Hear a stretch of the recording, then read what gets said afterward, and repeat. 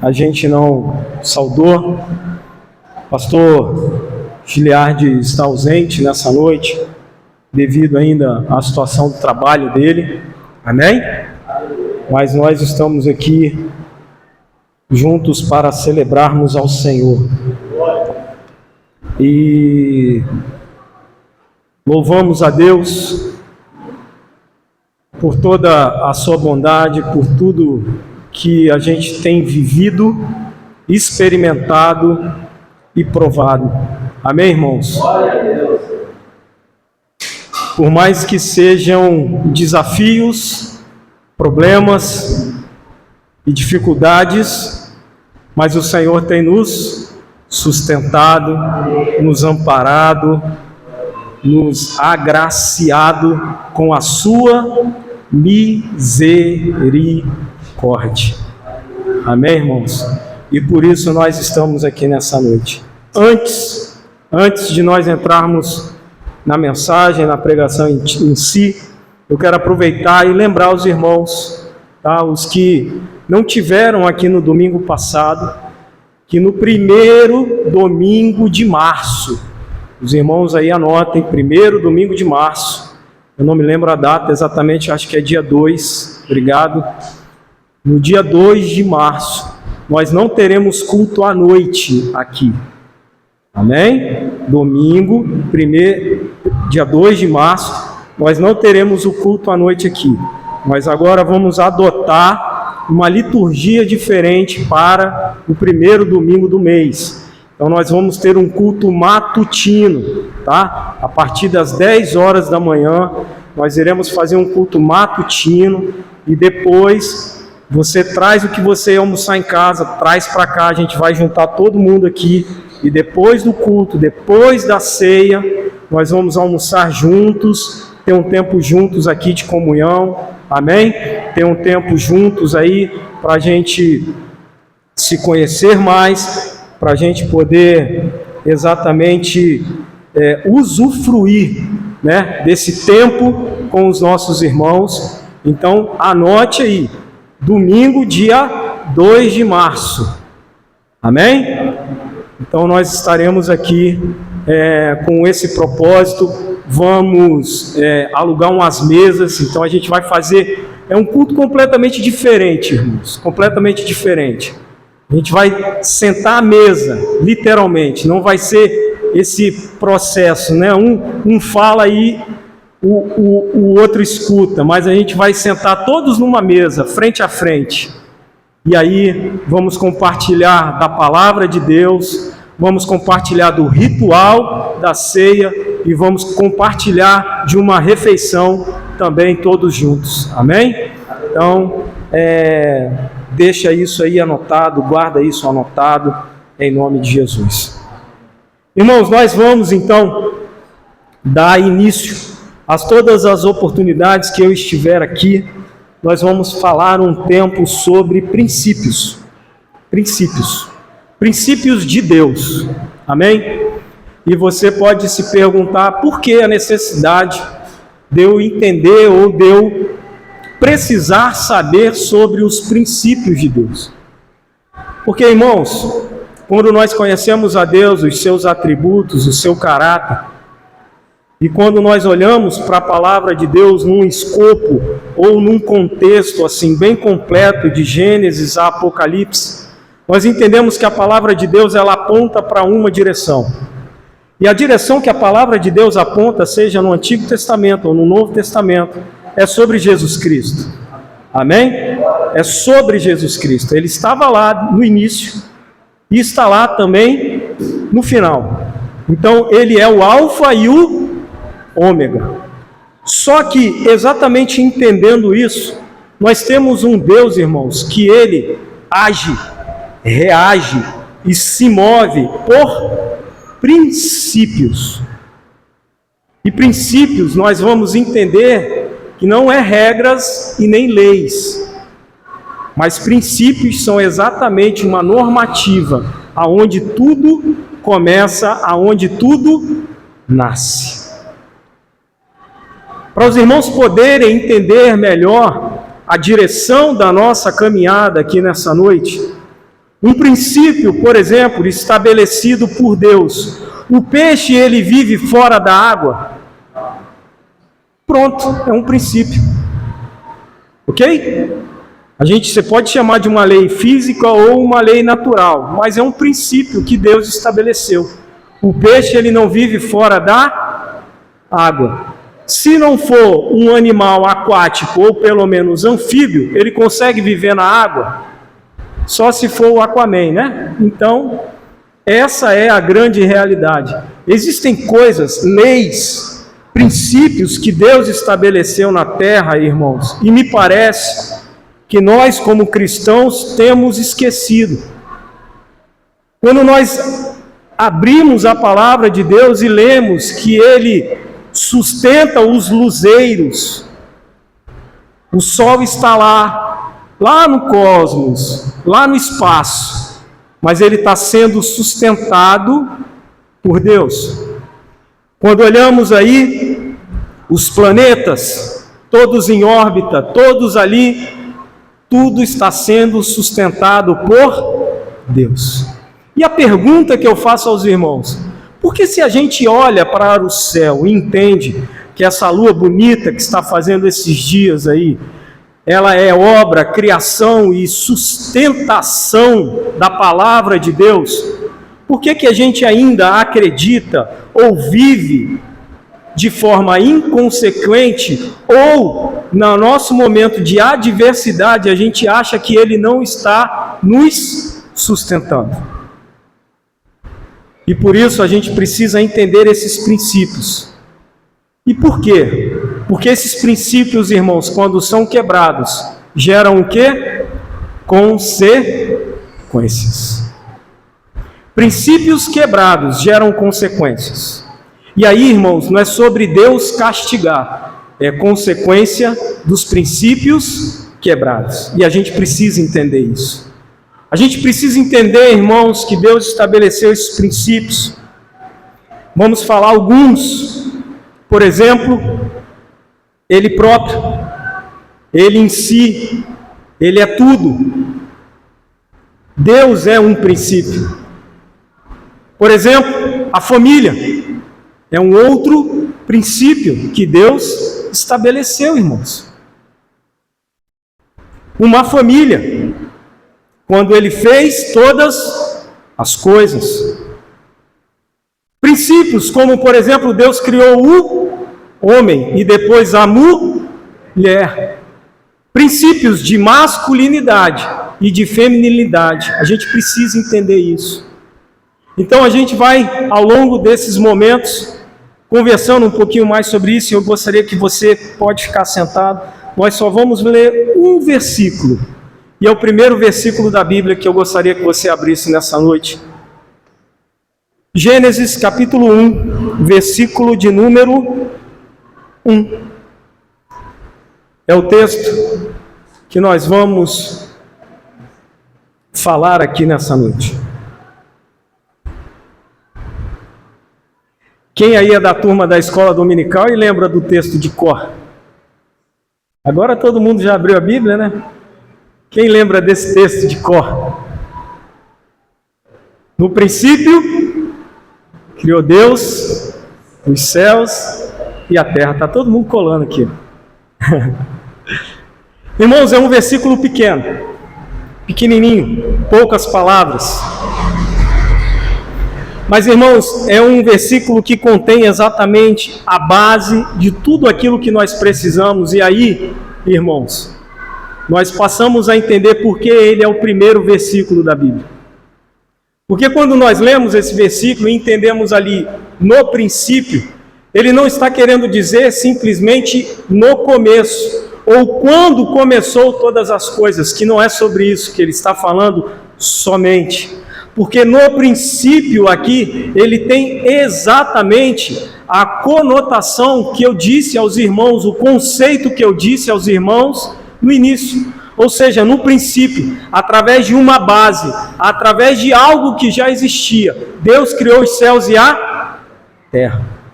E precisamos entender isso. O que Deus criou foi os céus e a terra, porque ele já existia. E nós poderíamos, irmãos, fechar a Bíblia aqui e já falar o que necessitamos sobre esse primeiro princípio. Qual é o primeiro princípio que eu e você precisamos enxergar na palavra de Deus? É Ele próprio, porque Ele era, Ele é e Ele há de vir, porque Ele estava lá desde o começo de tudo, Ele já existia. E quando nós vamos lendo os versículos posteriores, nós vamos entendendo, irmãos, que as coisas foram criadas exatamente não para trazer benefício ou para agradar o homem. Jeremias, por exemplo, 1:12, vai dizer o seguinte: o Senhor me disse, Jeremias falando, você viu bem, pois estou vigiando para que a minha palavra se cumpra. Quando nós olhamos, irmãos, para esse princípio, e como foi que Deus criou todas as coisas, igreja? Todos nós sabemos, a palavra aí diz. Como é que Ele criou todas as coisas? Falando, haja luz, e houve luz. Então, Deus criou todas as coisas no princípio, e falando, comunicando. E por isso, irmãos, Ele zela para que a palavra dEle se cumpra. E você pode estar aqui se perguntando, por que eu estou falando isso? E de forma muito clara, irmãos, eu vou falar para você o seguinte: tem muita gente dentro da casa do Senhor, vivendo como se Ele não fosse o princípio.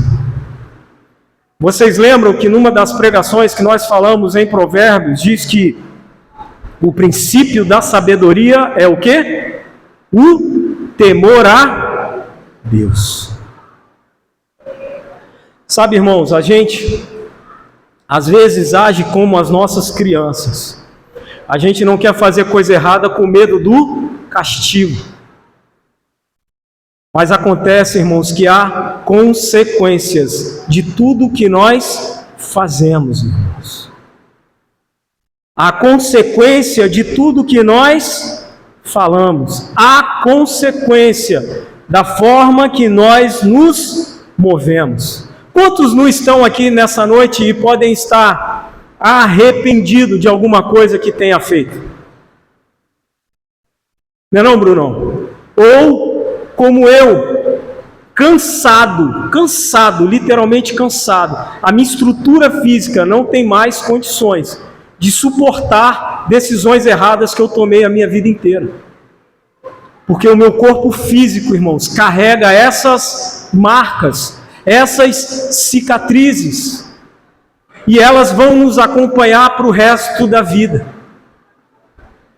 Eu sempre gosto de mencionar, alguns irmãos aqui já devem ter ouvido isso da minha boca, por exemplo, o que aconteceu com a história de Jó. Satanás pede permissão para tocar na vida de Jó, e o que Deus fala para ele? Deus fala, toca, mas não tira a vida. E aí diz o livro de Jó que a família dele, os filhos, as posses, a fazenda, o gado, tudo aquilo Jó perdeu. Jó ficou doente, mas ele não perdeu a mulher, homem. Preste atenção nesse detalhe, hein? Jó perdeu tudo, mas não perdeu a mulher. Preste atenção nesse detalhe.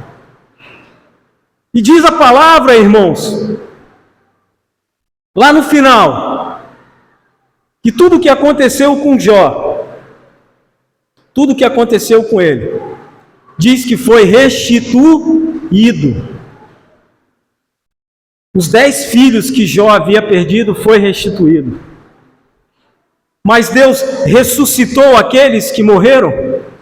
Não. Deus deu mais 10 novos filhos, e Jó carregava essa cicatriz para o resto da vida dele. Ele tinha 10 filhos, mas aqueles 10 filhos que ele perdera não estavam de fato mais vivos. O nosso corpo, irmãos, carrega as consequências das nossas decisões. E por quê? Porque nós estamos negligenciando esse primeiro princípio. No princípio, criou Deus. Ele é o princípio. Ele é o princípio. Nós tomamos decisões sem o princípio. Nós queremos ter sucesso nas nossas decisões sem o princípio. Nós queremos fazer um monte de coisas sem o princípio. E aí, irmãos, queremos que dê certo. Queremos que aquilo ali prospere. Queremos que tudo aquilo ali dê resultado. Mas nós esquecemos do princípio. Porque Ele é o princípio. Ele já existia. Ele estava ali. Ele, Deus, Pai, Filho, Espírito Santo.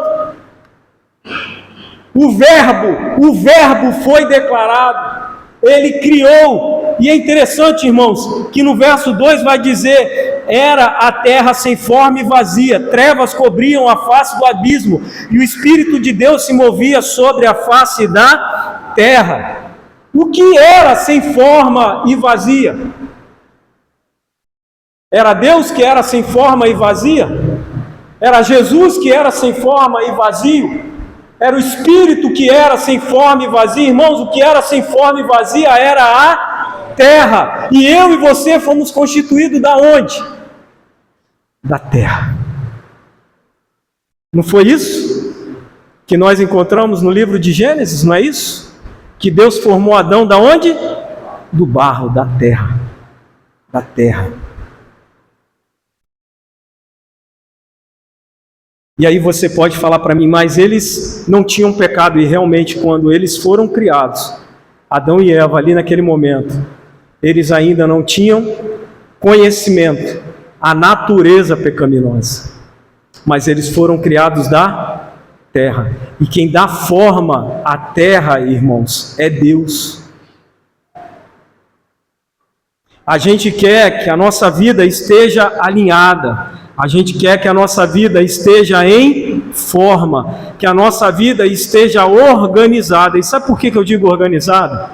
Vai reparando uma coisa comigo, verso 3. Disse Jesus: haja luz, e houve luz. Depois viu que a luz era boa, separou a luz das trevas. Deus chamou a luz de dia e as trevas chamou de noite. Passaram-se a tarde e a manhã, e esse foi o primeiro dia. Qual foi a primeira coisa que Deus criou? Haja a luz. E isso é fabuloso, irmãos. Irmãos, trevas está associado a quê? Ao maligno, as coisas do mal. Luz. Quem é a luz do mundo? Jesus Cristo. A coisa primeira que Ele criou foi a luz, irmãos. Ele já estava lá, e a primeira coisa que Ele cria é a luz. E percebam que à medida que nós fomos lendo, nós servimos a um Deus, irmãos, organizado. Aonde Ele não criou primeiro o peixe para depois criar o mar. Aonde Ele não primeiro criou o homem para depois pegar o barro, para depois criar o homem. O nosso Deus, Ele age exatamente por princípios. E por que eu e você vamos continuar levando a nossa vida? Ainda, irmãos, com o perdão da palavra, mas sendo bem franco e sincero à igreja. Irmãos, muitas das vezes nós estamos nos enganando, irmãos, achando que somos crentes, quando na verdade nós não entendemos isso, irmãos. Esse princípio, o princípio de todas as coisas é Deus. Ele é o princípio. Ele criou tudo de forma organizada. Primeiro faz a luz, depois faz a divisão do dia, da noite, da tarde. E aí, no verso 6, depois disso, disse Deus: haja entre as águas o firmamento e separe águas de águas.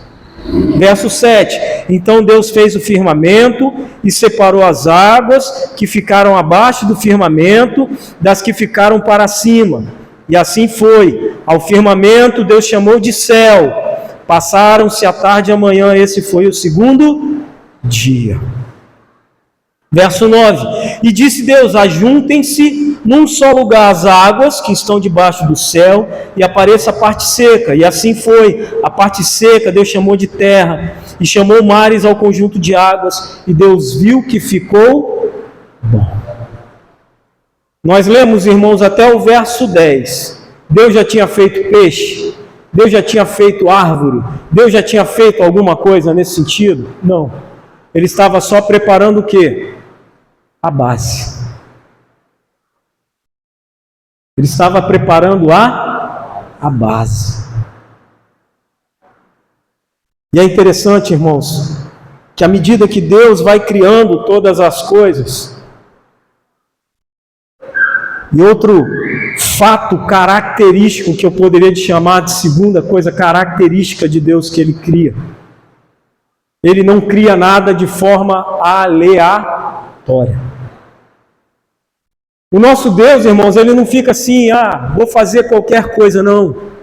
Além dele fazer tudo organizado, seguindo uma sequência, e quando eu estava meditando nessa palavra, eu lembrei até da aula de ciências de infância, que fala sobre a cadeia alimentar, né? Na minha época, por exemplo, era muito comum você pegar o livro de ciência e tinha lá a cadeia alimentar do girino que virava o peixinho, aí tinha aquela fotinha no livro, era exatamente isso, a cadeia alimentar, né? Ou seja, existem os animais predatórios, existem aqueles outros que não são predatórios, mas servem de alimento para os animais predatórios. Ou seja, irmãos, Deus criou tudo de forma organizada e com propósito.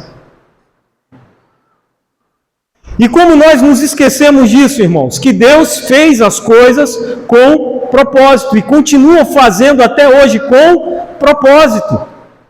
Ele simplesmente não criou nada aleatório. Você não é um erro.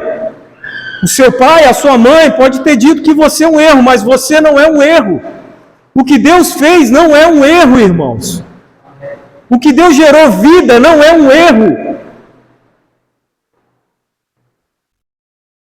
Erro, nós precisamos olhar para dentro de nós mesmos e assumir. O erro sou eu, de não ter a Deus como princípio, de não me submeter a quem Ele é, a querer viver de forma inconsequente, a querer viver de forma que eu acho que tem que ser. Porque, irmãos, muita gente hoje tem sofrido. Nós escrevemos lá na sexta-feira o texto de Oséias: o meu povo perece por falta de conhecimento. Aí a gente vai perguntando para cada um: meu irmão, o que é a igreja? A igreja é esse salão, é a igreja. Não, cada um tem um conceito. Cada um vai firmando um conceito à medida da sua experiência, à medida da sua caminhada, à medida do seu sofrimento, à medida do que ele acha, e a gente vai criando conceitos, irmãos. Não, eu sei quem é Deus. Deus é uma energia muito legal lá em cima. Cada um vai criando o seu conceito, irmãos. E aí nós estamos vendo para onde a humanidade está indo. E para nossa tristeza, irmãos, para onde a igreja está indo. Mas como nós declaramos aqui nessa noite, a igreja sempre prevalece. E quando eu digo que a igreja prevalece, não é a placa da igreja, não é o prédio da igreja. Mas sempre haverá um povo sincero, contrito de coração, que ama a Deus, e não importa o prédio, não importa a denominação, ele vai cumprir o seu propósito. E eu esperava e espero, irmãos, no grupo pequeno que somos, que a gente seja esse grupo. Que haja o que houver, aconteça o que acontecer. Independente de política, independente de economia, independente de ambiente, independente de carnaval, independente de sofrimento, independente de problema, independente de dificuldade, irmãos. A gente não só abandone a Deus, mas que a gente seja igreja aonde quer que a gente vá. Por isso, irmãos, enfatizamos tanto o nosso estudo de sexta. Foi ministrado pelo João Paulo na sexta-feira. Você sabe o que é ser membro de igreja, irmãos? Você sabe o que é ser membro de igreja? Ter o seu nome, não é simplesmente o seu nome arrolado numa lista. Que se acontecer alguma coisa administrativamente, você vai prestar conta. Você ser membro de igreja, irmãos, é você ter esse entendimento que você faz parte de um corpo, você faz parte de um plano, você faz parte de um propósito de Deus aqui na terra. E como a gente sempre menciona, por isso que você senta no banco, volta para casa e as coisas continuam do mesmo jeito, porque a gente ainda não entendeu. A gente ainda não entendeu o que é ser igreja. Porque a gente volta para casa e continua com os mesmos hábitos, as mesmas coisas, ignorando o princípio, falando o que bem entende, esbravejando o que bem entende, alterado, falando palavrão, envergonhando o Evangelho. E a gente continua repetidas vezes agindo dessa forma. Por quê? Porque a gente perdeu o temor, a gente esqueceu o princípio, irmãos. Por que será que 15 dias atrás nós estávamos falando aqui sobre secular e sagrado? Porque muitas das vezes a gente acha que o que acontece na nossa casa está de porta fechada, ninguém está vendo, está tudo bem. Mas quando nós estamos lá, irmãos, ninguém pode estar sabendo, a igreja pode não estar sabendo, o seu pai, a sua mãe, a sua família pode não estar sabendo, mas não se esquece de uma coisa: Deus está sabendo.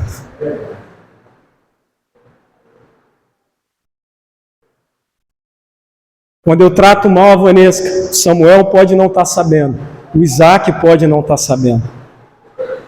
Eu posso não estar dando mau exemplo ao meu filho, mas quando eu faço alguma coisa contra ela, Deus está vendo. E é tão louco isso, irmãos. Louco. A palavra melhor é essa, louco. Porque a Bíblia diz, por isso que quando a gente perde o princípio, irmãos, tudo se embola. Porque que quando eu faço mal a ela, eu estou fazendo mal à minha própria carne, porque a Bíblia diz que eu sou um com ela.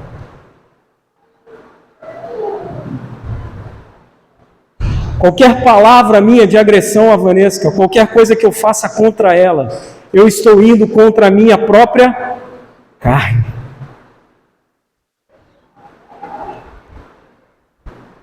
Será que nós temos entendido isso, irmãos? E por isso nós precisamos entender esses princípios, essas normativas que Deus estabeleceu para a criatura. Como aquele louvor maravilhoso diz, é Ele quem põe limite ao mar. É Ele que põe limite ao mar. A ciência até explica, por causa da gravidade, por causa da latitude, por causa do vento, por causa do buraco. A ciência até explica, irmãos. Mas é Ele quem está sustentando todas as coisas. Quantos se lembram aqui que a Terra tem uma inclinação? E que se ela tiver menos de 1 grau dessa inclinação, tudo foge do controle. Tudo muda. O mar pode ir aonde ele nunca foi, um monte de coisa pode acontecer se a Terra tiver esse menos de 1 grau de inclinação. E a importância, irmãos, da gente entender esse princípio é para que a gente possa olhar para dentro de nós e entender isso.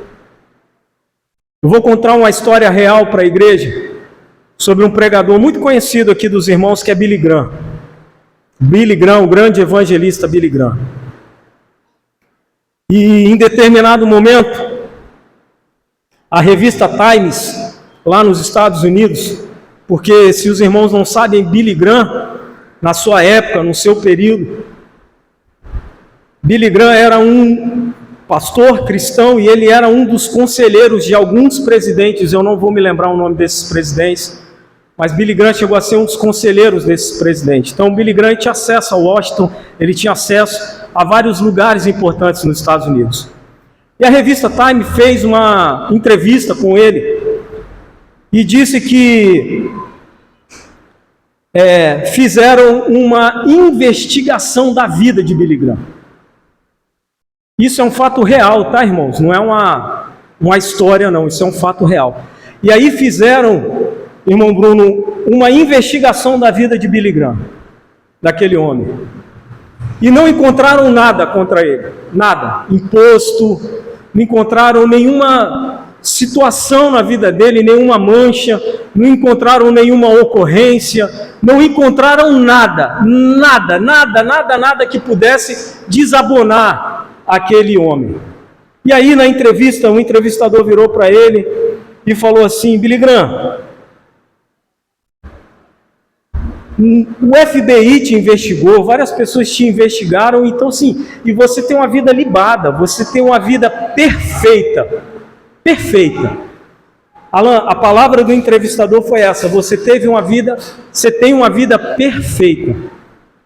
E diz que ele riu. Diz que quando o entrevistador fez essa pergunta para ele, ele começou a rir. E ele, rindo, o entrevistador logo ficou, chamou a atenção dele. Ele rindo. Aí ele falou: você está achando que eu não tenho defeito?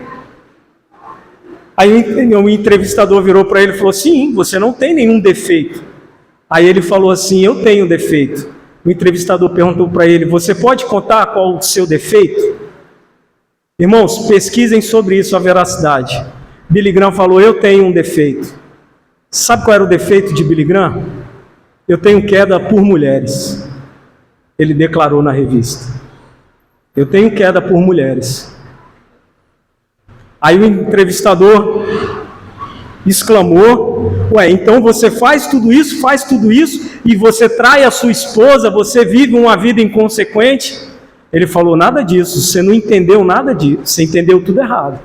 Eu falei que o meu defeito é mulher, eu não falei que eu estou na prática da traição.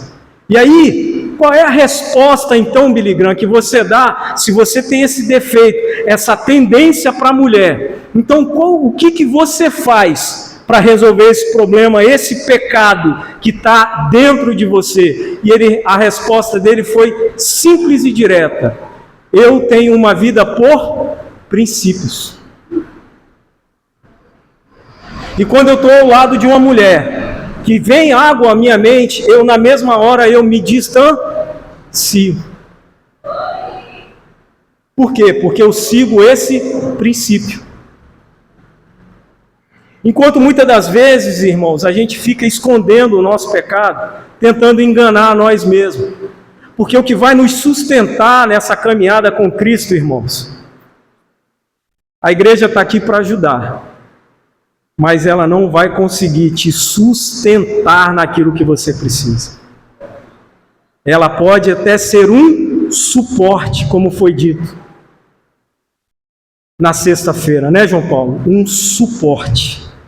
A missão da igreja é suportar. Só que tem muita gente, irmãos, que acha que suporte é pegar, vou colocar o Felipe nas minhas costas e vou sair com ele fazendo tudo no lugar dele.